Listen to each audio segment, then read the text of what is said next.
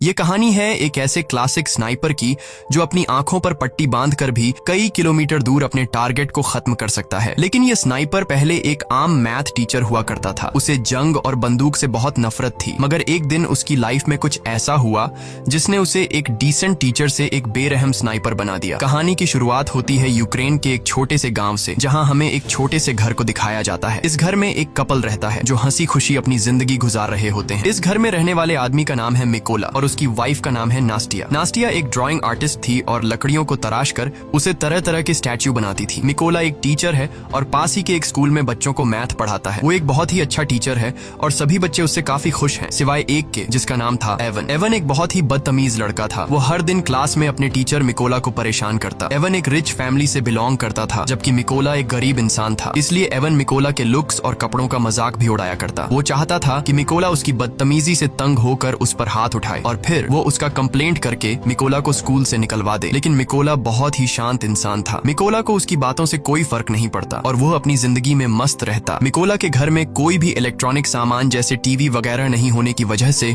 उसे दुनिया की खबर नहीं मिल पाती थी। एक दिन जब मिकोला अपने स्कूल में था, तब उसने टीवी पर एक खबर सुनी कि रशिया ने यूक्रेन पर हमला कर दिया है, जिसमें बहुत से सोल्जर्स मारे गए हैं और रशिया ने यूक्रेन की बहुत सी जगहों पर कब्जा कर लिया है। शाम को जब मिकोला अपने घर आया तो उसे यह बात पता लगी कि उसकी वाइफ प्रेग्नेंट है। ये जानकर उसे बहुत खुशी हुई क्योंकि अब मिकोला फादर बनने वाला था। इन दोनों ने मिलकर इस खुशी को सेलिब्रेट किया। अगले दिन मिकोला अपनी वाइफ को बाय बोलकर स्कूल की तरफ बच्चों को पढ़ाने के लिए अपनी साइकिल पर निकल पड़ा। लेकिन जब वो रास्ते में था तब उसने दो सोल्जर्स को देखा जो सिगरेट जलाकर एक अलग सी वर्दी पहनकर खड़े थे। वो वर्दी किसी यूक्रेनियन सोल्जर्स की बिल्कुल भी नहीं थी, जिससे देखकर उसे कुछ अजीब लगा। लेकिन मिकोला ने सोचा कि शायद सरकार ने सोल्जर्स की वर्दी को चेंज कर दी हो, इसीलिए मिकोला ने उस पर ज्यादा ध्यान नहीं दिया और जल्दी से अपने स्कूल पहुंचा। लेकिन जब वो स्कूल के अंदर आया तो उसने देखा कि पूरा का पूरा स्कूल खाली पड़ा है। कोई एक बच्चा भी स्कूल में नहीं आया। ये देखकर उसे गड़बड़ महसूस हुई। तभी उसने टीवी पर न्यूज देखा जिसमें बताया जा रहा था कि रशिया के सोल्जर्स यूक्रेन पर कब्जा करने के लिए यूक्रेन में घुस चुके हैं। और अब उसे एहसास हुआ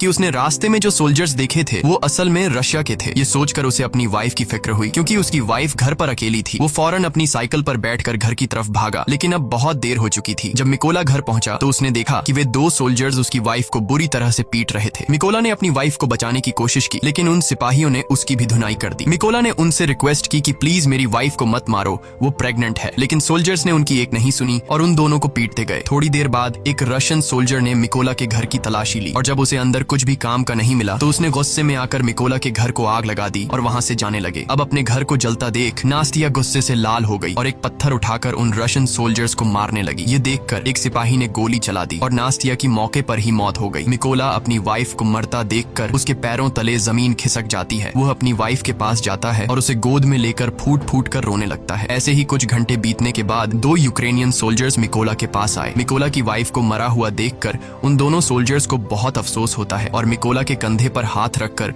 उसे हिम्मत न हारने को कहते हैं। उसके बाद उन दो सोल्जर्स ने मिकोला की वाइफ के लिए कब्र खोदना शुरू किया और एक कब्र खोदकर मिकोला से कहते हैं कि तुम यहाँ पर अपनी वाइफ को दफना दो। अपनी वाइफ की मौत के बाद मिकोला पूरी तरह से टूट चुका था। अब वो बिल्कुल अकेला रह चुका था। उन रशियन सोल्जर्स ने न सिर्फ उसकी वाइफ को मार डाला बल्कि मिकोला के आने वाले बच्चे और उसके घर को भी जला दिया। इसलिए अब वो बदले की आग में जल रहा था और उसे हर हाल में उस रशियन सोल्जर को मारना था जिसने उसकी बीवी पर गोली चलाई थी। उस सोल्जर से बदला लेने का एक ही रास्ता था कि वह यूक्रेनियन सोल्जर्स में शामिल हो जाए। इसीलिए वह यहीं पर उन दो सोल्जर से रिक्वेस्ट करता है कि प्लीज मुझे भी अपने साथ ले चलो, मैं भी यूक्रेन आर्मी में शामिल होना चाहता हूँ। इसके बाद वे दोनों सोल्जर्स मिकोला की बात मान लेते हैं और उसे गाड़ी में बैठाकर मिलिट्री बेस ले जाते हैं। जाने से पहले मिकोला अपनी वाइफ के हाथों का बनाया हुआ छोटे से स्टैच्यू को अपने पास रख लेता है जो उसकी वाइफ ने इसकी रक्षा के लिए बनाया था। जब ये लोग मिलिट्री बेस पहुंचते हैं तो वहाँ उनका सीनियर मिकोला को देखकर उन दो सोल्जर्स पर गुस्सा करने लगता है और मिकोला को फौज में भर्ती करने से मना कर देता है, क्योंकि उनके सीनियर को मिकोला पर शक होने लगता है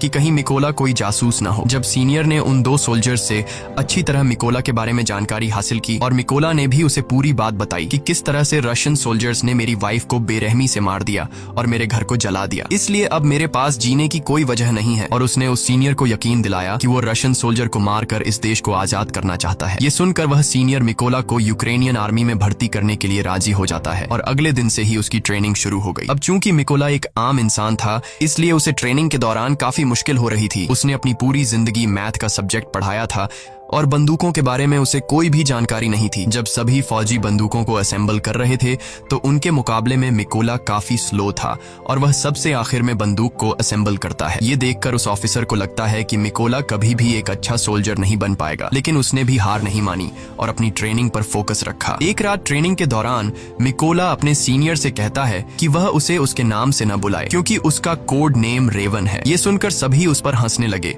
और सीनियर ने उसे बताया कि कोड नेम इतनी आसानी से नहीं मिलता, उसके लिए सोल्जर को देश के लिए कोई बड़ा कारनामा करना पड़ता है। मिकोला ने इन बातों को नेगेटिव नहीं लिया और वह और ज्यादा मेहनत करने लगा। रात को जब सभी सिपाही सो रहे होते थे तो तब भी मिकोला चीजों को सीखने की प्रैक्टिस करता। एक दिन सीनियर सभी सोल्जर्स को बताता है कि हमारे पास स्नाइपर्स की कमी है और हमें इस नंबर को बढ़ाना होगा ताकि हम रशियंस का मुकाबला कर सकें। यहाँ सीनियर सभी से पूछता है कि तुम में से कितने लोग स्नाइपर बनना चाहते हो। ये सुनकर कुछ लोग खड़े होते हैं और उन लोगों के बीच मिकोला भी होता है क्योंकि वह भी एक स्नाइपर बनना चाहता था। मिकोला को देखकर सभी सोल्जर्स हंसने लगे। मिकोला को देखकर उसका सीनियर उससे कहता है कि तुम अभी एक स्नाइपर बनने के लिए तैयार नहीं हो, तुम तो एक गन को असेंबल और डीअसेंबल भी अच्छी तरह से नहीं कर पाते, तो स्नाइपर बनना तो दूर की बात है। इस पर मिकोला कहता है कि मैं एक अच्छा स्नाइपर बन सकता हूँ, मुझे खुद को साबित करने के लिए सिर्फ एक मौका चाहिए। ये सुनकर सीनियर मिकोला से कहता है कि ठीक है, ये लो, तुम्हें इस बंदूक को सिर्फ 20 सेकंड के अंदर असेंबल करना होगा। अब खुद को साबित करने के लिए मिकोला अपनी आंखों पर पट्टी बांध लेता है और फटाफट से गन को खोलकर उसे दोबारा से जोड़ देता है और इस काम को करने में उसे सिर्फ 18 सेकंड लगे। मिकोला की फुर्ती को देखकर सभी हैरान रह जाते हैं। जो लोग पहले उस पर हंस रहे थे अब वे मिकोला के लिए तालियां बजाने लगे। वह सीनियर भी मिकोला से इंप्रेस हुआ और अब उसकी काबिलियत को देखकर उसे भी स्नाइपर ट्रेनिंग में शामिल कर लिया जाता है। ट्रेनिंग के दौरान मिकोला को एक पुराने मॉडल की गन पकड़ा दी जाती है जबकि बाकी लोगों को नए मॉडर्न वेपन्स दिए जाते हैं। ये देखकर मिकोला भी मॉडर्न वेपन्स की डिमांड करता है, जिस पर वहाँ का सीनियर उसे कहता है कि अगर तुम्हें वह गन चाहिए तो तुम्हें खुद को साबित करना होगा। अब मिकोला के पास कोई और ऑप्शन नहीं था, इसलिए उसे जो मिला वह लेकर वहाँ से निकल गया।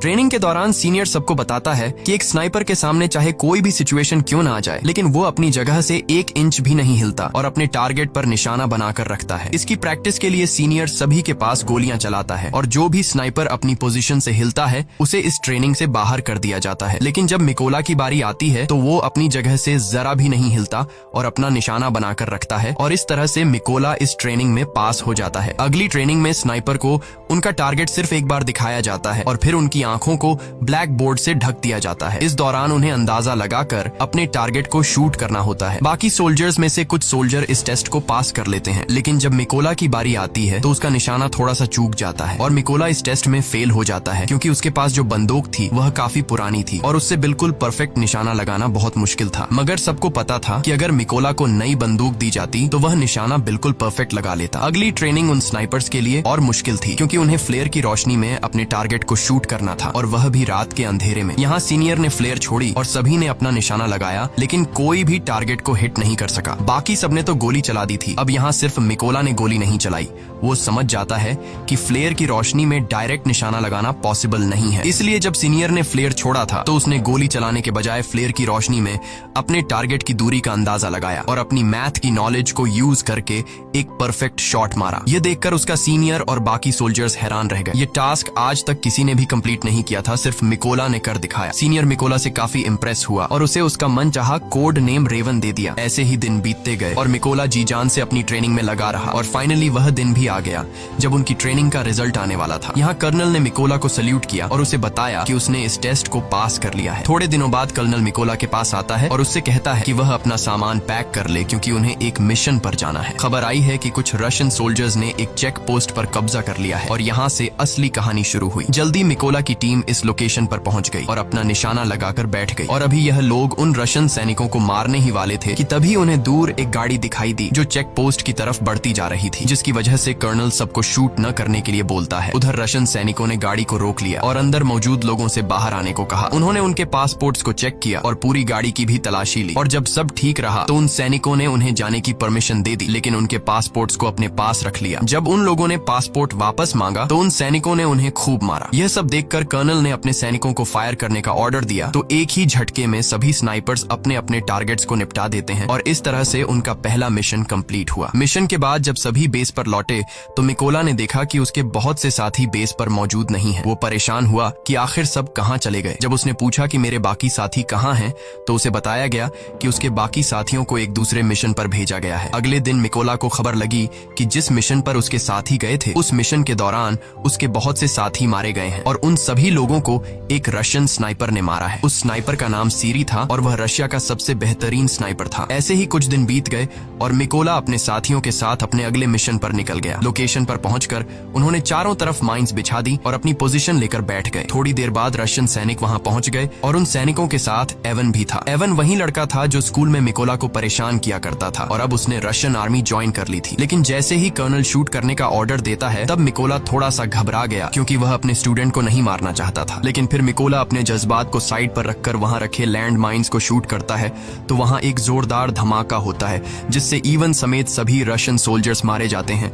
सब कुछ कंट्रोल होने के बाद कर्नल गुस्से में मिकोला से पूछता है कि जब मैंने शूट करने का ऑर्डर दिया तो तुम क्या सोच रहे थे, जिस पर मिकोला जवाब देता है कि उन रशियन सोल्जर्स में मेरा एक स्टूडेंट भी था, मैं उसे नहीं मारना चाहता था। यहाँ कर्नल ने मिकोला को समझाया कि उसे इवन की मौत का जरा भी दुख नहीं होना चाहिए क्योंकि यहाँ वो तुम्हारा स्टूडेंट नहीं बल्कि तुम्हारा दुश्मन था और रशियन आर्मी को ज्वाइन करना इवन का अपना फैसला था, इसलिए तुम्हें उसके लिए बुरा मानने की जरूरत नहीं। मिशन पूरा करके ये सभी अपने बेस कैंप पर लौट आए। कर्नल को मिकोला पर पूरा भरोसा था, वो अपना ज्यादातर वक्त मिकोला के साथ बिताता था। यहाँ कर्नल ने मिकोला को अपनी फैमिली फोटो दिखाई और उससे बताया कि उसकी फैमिली में 3 लोग हैं। उसकी दोनों बेटियां इस बात से अनजान हैं कि उनके पिता एक सोल्जर हैं। मैंने उन्हें बताया है कि मैं बिजनेस करता हूँ और मेरी वाइफ ने भी आज तक मेरे बारे में बच्चों को नहीं बताया कि मैं एक सोल्जर हूँ। यहाँ मिकोला ने भी कर्नल को अपनी पूरी कहानी बताई कि किस बेदर्दी से रशियन सैनिकों ने उसकी वाइफ को मार डाला। इस दौरान मिकोला काफी इमोशनल भी हो गया लेकिन कर्नल ने उसे संभाल लिया। अगली सुबह ये सभी अपने अगले मिशन पर निकल गए। ये मिशन काफी इंपॉर्टेंट था क्योंकि उन्हें खबर मिली थी कि रशियन सोल्जर्स का एक ग्रुप उस रास्ते से गुजरने वाला है। कर्नल और मिकोला जल्दी से लोकेशन पर पहुंचे और अपनी पोजीशन लेकर बैठ गए। थोड़ी देर बाद उन्हें 2 रशियन सैनिक दिखे जो अपनी बाकी की टीम का इंतजार कर रहे थे। यहाँ मिकोला ये नोटिस करता है कि उनमें से एक सैनिक वो है जिसने उसकी वाइफ को गोली मारी थी और वो मिकोला के ठीक निशाने पर था। यहाँ मिकोला ने गोली चलाने की परमिशन मांगी पर कर्नल ने ऐसा करने से मना कर दिया। अब मिकोला गुस्से से लाल हो रहा था क्योंकि सामने खड़े सोल्जर ने उसकी वाइफ को मारा था और उसने आर्मी को ज्वाइन भी इसलिए किया था ताकि वो अपनी वाइफ का बदला ले सके। इसलिए उसने दोबारा से फायर करने की परमिशन मांगी पर एक बार फिर कर्नल ने ऐसा करने से मना कर दिया। लेकिन अब मिकोला अपने जज्बात पर काबू नहीं रख पाया और उसने गोली चला दी। गोली लगने से उस सोल्जर की तुरंत मौत हो गई। लेकिन बुरी बात ये थी कि रशियन सोल्जर्स को उनकी लोकेशन का पता चल गया। कर्नल मिकोला से कहता है ये तुमने क्या कर दिया। लेकिन सबसे बुरी बात ये थी कि रशिया का सबसे खतरनाक स्नाइपर जिसका नाम सीरी था वो भी अपनी पोजीशन लेकर बैठा हुआ था और अब उसे भी उनकी लोकेशन का पता लग गया था। कर्नल भी ये बात जानता था कि सीरी पास ही है, इसलिए वो सीरी की तलाश करने लगा। लेकिन इससे पहले कि वो उसकी लोकेशन को जानता सीरी ने उसे एक हेडशॉट दे दिया और कर्नल की मौके पर ही मौत हो गई। अब मिकोला को समझ आया कि उसने कितनी बड़ी गलती कर दी है। उसकी गलती की वजह से कर्नल की जान चली गई। मिकोला को पता लगा कि रशियंस को उनकी लोकेशन का पता लग चुका है। उधर रशियन सोल्जर्स ने भी मिकोला के ऊपर जोरदार फायरिंग और बमबारी शुरू कर दी। अब बिगड़ते हालात को देखते हुए मिकोला ने पीछे हटने का फैसला किया। उसने कर्नल की बॉडी उठाई और अपनी पोजीशन से पीछे आने लगा। जल्दी वो दुश्मनों के इलाके से बाहर आ गया और सीधा अपने बेस पर पहुंचा। मिकोला को कर्नल की मौत का काफी अफसोस था और वो खुद को उसका जिम्मेदार ठहरा रहा था। यहाँ उसने कसम खाई कि वो सीरी को जान से मार देगा और कर्नल की मौत का बदला लेगा। जल्दी मिकोला को 2 रशियन स्नाइपर्स की खबर मिली और वो फौरन अपने अगले मिशन पर निकल गया। वो अपनी लोकेशन पर पहुंचा और अपना निशाना लगाकर बैठ गया। जल्द ही उसने स्नाइपर को मार गिराया पर उस स्नाइपर को मारते दौरान एक दूसरे स्नाइपर ने मिकोला को बाजू पर गोली मार दी थी। लेकिन उसने हार नहीं मानी और जैसे तैसे करके उस दूसरे स्नाइपर को भी मार गिराया। अब चूंकि वो काफी घायल था इसलिए वो एक सीक्रेट बेस पर चला गया और अपनी बॉडी को थोड़ा आराम देने लगा। इस दौरान उसे आर्मी के मेजर का कॉल आया और उसने मिकोला को बताया कि हमने उस स्नाइपर का पता लगा लिया है जिसने कर्नल को मारा था। उसके बाद मिकोला अपने बेस पर पहुंचा और यहाँ मेजर सभी को स्नाइपर के बारे में बताने लगा। मेजर बताता है कि उस स्नाइपर का नाम सीरी है और वो रशिया का सबसे बेहतरीन स्नाइपर है। उसका निशाना आज तक गलत नहीं लगा। सीरी ने यूक्रेन के 6 सबसे काबिल स्नाइपर्स को मार गिराया है, इसलिए हमें उसे हल्के में नहीं लेना चाहिए। मेजर बताते हैं कि सीरी पहले यूक्रेन के सोल्जर्स को मारता है और फिर उसकी वीडियो बनाकर सोशल मीडिया पर अपलोड करता है ताकि यूक्रेनी सोल्जर हार मान ले। वो बताता है कि सीरी एक ऐसा स्नाइपर है जो आम तौर पर अपनी पोजीशन को चेंज नहीं करता और एक खास लोकेशन पर बैठकर अपने दुश्मनों का शिकार करता है। अब ये सभी लोग एक प्लान बनाते हैं कि वो सीरी की लोकेशन पर 2 टीम बनाकर जाएंगे। प्लान के मुताबिक उनकी पहली टीम रशियन सैनिकों पर सामने से अटैक करेगी और जब वो इस अटैक में बिजी होंगे तो उनकी दूसरी टीम उन लोगों पर पीछे से हमला करेगी। इस मौके का फायदा उठाकर मिकोला बिल्डिंग के अंदर जाएगा और सीरी को मार देगा। पूरी प्लानिंग हो जाने के बाद ये सभी उस लोकेशन की तरफ निकल गए। लोकेशन पर पहुंचकर सभी स्नाइपर्स ने अपनी पोजीशन ले ली और अपना निशाना लगाकर बैठ गए। उधर मिकोला भी चुपके से बिल्डिंग में एंटर हुआ जहां उसे 2 रशियन रशियन सोल्जर्स दिखे जो अपने बातचीत में मसरूफ थे। मिकोला ने बिना देर किए उन दोनों को मार डाला और बिल्डिंग में आगे बढ़ गया। इसके बाद उसने प्लान के मुताबिक अपनी टीम को सिग्नल दिया और सिग्नल के मिलते ही यहाँ बैठे स्नाइपर्स ने सभी सोल्जर्स को मार डाला। उधर सिरी ने ये नोटिस किया कि उसका कोई भी साथी उसे रिपोर्ट नहीं कर रहा है। उसे कुछ गड़बड़ महसूस हुई, इसलिए वो बिल्डिंग के छत पर चला गया जहाँ पहले से रशा का एक स्नाइपर मौजूद था। लेकिन ऊपर जाकर जब उसने स्नाइपर को देखा तो वो स्नाइपर मर चुका था। ये देखकर उसके दिल में घबराहट बढ़ने लगी और अब सिरी को एहसास हुआ कि यूक्रेन के सोल्जर्स ने उसे चारों तरफ से घेर लिया है। उसने अपने बेस पर बैकअप के लिए कांटेक्ट किया, लेकिन बैकअप टीम को उस तक पहुंचने में अभी 10 मिनट और लगने वाले थे। ये सुनकर वो फटाफट से अपनी पोजीशन पर आया और यूक्रेनी सैनिकों को ढूंढने लगा। लेकिन तभी उसने सामने टेबल पर रखा एक छोटा सा स्टैच्यू देखा जो असल में उसके बाहर जाने के बाद मिकोला ने रखा था, जो उसे उसकी वाइफ ने दिया था। अभी सिरी कुछ सोच पाता कि तभी मिकोला ने उस पर हमला कर दिया और उसे चाकू मार मार कर उसकी जान ले ली। लेकिन इस हाथापाई के चलते बिल्डिंग में मौजूद दूसरा स्नाइपर थोड़ा अलर्ट हो गया, लेकिन अभी वो कुछ कर पाता उससे पहले मिकोला ने उसके पास से ग्रेनेड फेंक दिया और उस धमाके में ये आखिरी स्नाइपर भी मारा गया। थोड़ी देर बाद सिरी की बुलाई बैकअप टीम भी बिल्डिंग तक पहुंच गई, लेकिन वो इस बात से अनजान थे कि सिरी अब मर चुका है। इसीलिए जब उन्होंने सिरी को कॉल किया तो कॉल उधर मिकोला ने उठाया और उनसे कहा कि वो सभी मरने वाले हैं और इतना कहकर उसने ट्रक के ड्राइवर को शूट कर दिया। अब गोली चलते ही रशियन सोल्जर्स में हलचल मच गई और वो सभी ट्रक के बाहर कूद गए। लेकिन वो इस बात से अनजान थे कि यूक्रेनियन स्नाइपर्स उन पर घात लगाकर बैठे हुए थे। यहाँ यूक्रेनी सैनिकों ने जोरदार शूटिंग शुरू कर दी और एक एक रशियन को चुन चुन कर मारा। इस मिशन के थोड़े दिनों बाद निकोला अपनी वाइफ की कब्र पर गया, क्योंकि उसने उससे जो वादा किया था वो अब पूरा हो चुका है। उसने उन सभी लोगों को मार दिया है जिन्होंने उसकी वाइफ और कर्नल को मारा था। यहाँ मिकोला ने कसम खाई कि वो आखिरी दम तक अपने देश की सेवा करता रहेगा और इतना कहकर वो वहां से चला गया। और इसी के साथ ये फिल्म खत्म हो जाती है। अगर वीडियो आपको अच्छी लगी हो तो हमारे चैनल को सब्सक्राइब और वीडियो को लाइक जरूर कीजिएगा।